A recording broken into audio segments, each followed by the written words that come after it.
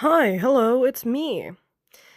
I would like to understand how to start a scripted video, but that is probably not going to happen to me. I don't like the idea of having an opening catchphrase because I just don't think there's anything I would say that's quite original enough or quite cool enough.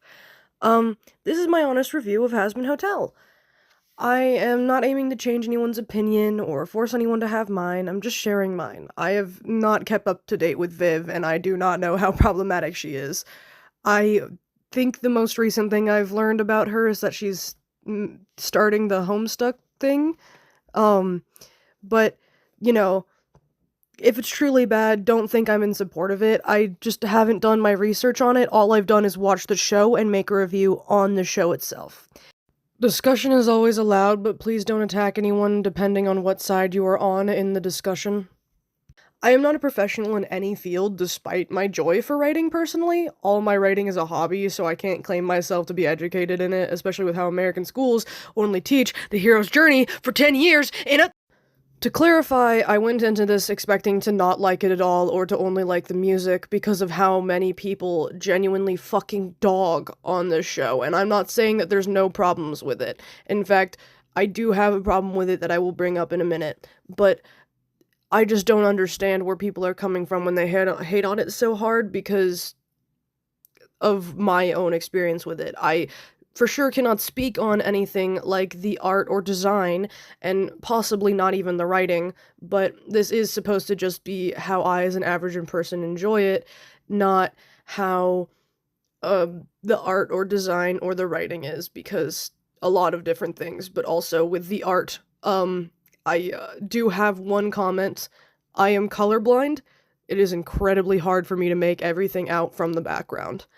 Um, that being said, this video will be split into parts and is almost entirely based on all of the things in my notes app that I wrote while watching it in real time. I knew I would forget many of my points had I not, and that's also why I'm writing a script. I live in the woods, I can't upload anything longer than around 15 minutes without the file failing, but 10 minutes is preferable, so I'm not trying to milk views, I just want to make sure that this video actually gets uploaded. So there's going to be there's going to be 2 videos. There are multiple parts in this video already. There's the music, Alistair complaints, Vaggie complaints, Charlie's daddy issues, and then just like a, hey, this is what's happening in the next video type thing. Please enjoy, and I will be moving on to the music. Before I get into the music really quick, I do have another complaint, but I'm not sure if this is just because it's going to be more elaborated on in season 2 or not, because that's not out yet. But Charlie and Vaggie really do not feel like main characters, and I'm pretty sure they're supposed to be the main characters, so, let me know if I'm wrong on that, but I do feel like they're supposed to be, so that is a complaint I have. But getting into the actual music, this seems to be pretty agreed upon by everyone in and out of the actual fandom. The music is pretty damn good, but I do have one note throughout the whole show on it, and I'm pretty sure it was overall for the songs that I definitely liked less, but it's still something I wanted to note. Sounding overproduced, or how I put it in my notes, Disney Broadway-esque. This is certainly a personal feeling of mine, and I don't want anyone to be like, you don't like Hamilton? Because I do like Hamilton. I was never like a Hamilton kid, but I do think the music is good. That's not what I'm saying though, like, I'm just odd about music. If it sounds like it could be used for Disney and it's not a Disney thing, it feels like kind of like a, oh, I'm doing this so that way it gets more attention because it's Disney-esque. I'm not, I'm pretty sure that is partially how Charlie is characterized though. Um, so I'm not sure if that's actually a negative point or if it's just how the characterization of the character works. Overall, I did say a few good things about the music as well in my notes. I liked Alistair's part in Radio Killed the Video Star, the song in The Court with the Angels, which has both of those have been heard a million times before, I'm sure. People are all agreeing and that those are the good songs in the show, you know, and I don't want to sound like a repetitive guy. So now, moving on, part 2, common complaints, which is just all of the rest of the things in this video. Alistair.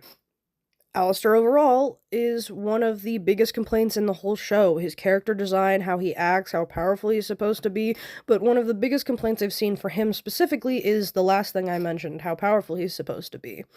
I've seen people say that he's not that powerful at all when seen in the show, but I actually disagree. I do think it being said over and over makes it a little more underwhelming, but there are examples of him being seen and respected as very powerful, like when Sir Pentious grabs a bit off his coat and then gives it back when Charlie makes him apologize. They show in Sir Pentious's face how devastating that small bit he got off the radio demon meant to him when Alistair burns it in front of him. One of my notes also says, also, Alistair did put up a good fight for a mortal soul. We gotta keep him in mind. Adam calls him a mortal soul when they fight, and while Adam is technically a mortal soul because he's the first man, I would believe that he would probably be granted the same amount of power as any angel because of being the first man. Like, he is an angel at this point. Alistair doesn't even die, like, he just seems attached to his cane microphone thing, and he just left because he didn't want to, like, he wanted to take care of that, is what it seemed like. He didn't actually, like, die or anything. You can see him come back at the very end of the episode. And then another complaint I've seen about Alistair is when he acts fatherly in the song with Charlie's dad. He's being competitive.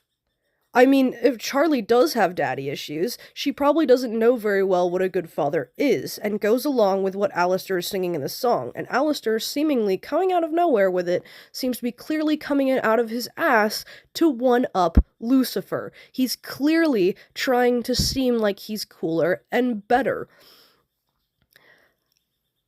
Now, moving on to Vaggie.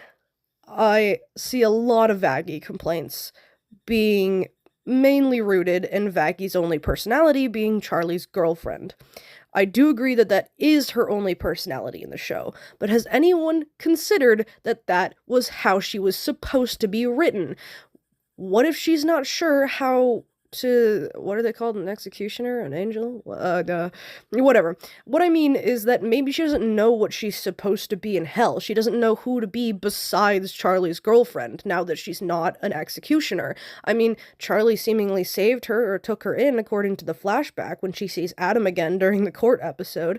I think she probably feels like that's all that she has to be. I mean, I'm not saying she doesn't actually love Charlie, not at all, but I do think that maybe Vaggie feels in debt to her in a way. I don't really have much else on Vaggie, but here's what I, like, literally wrote in my notes app. When I think about Vaggie only having the personality of liking Charlie, my mind goes to her being an angel. I think it's because when she left heaven, she had no idea who to be, and Charlie was something she clung to. I could be proven wrong, but it actually makes sense to me, and that criticism doesn't make sense to me yet. Now, moving on to Charlie's daddy issues, because this is one that kind of hit me a lot personally. This one's going to be kind of formatted in a bullet point way, but each bullet point is like a paragraph. So, I have daddy issues, and I have a great dad. And it's really funny that people saying you have a good dad means you don't have daddy issues. It's kind of dumb. I'm going to be real. Calling your friends out on daddy issues is so common in friend groups. And yes, while the characters in Hazbin Hotel aren't all Gen Z, the writers probably made it appeal to Gen Z.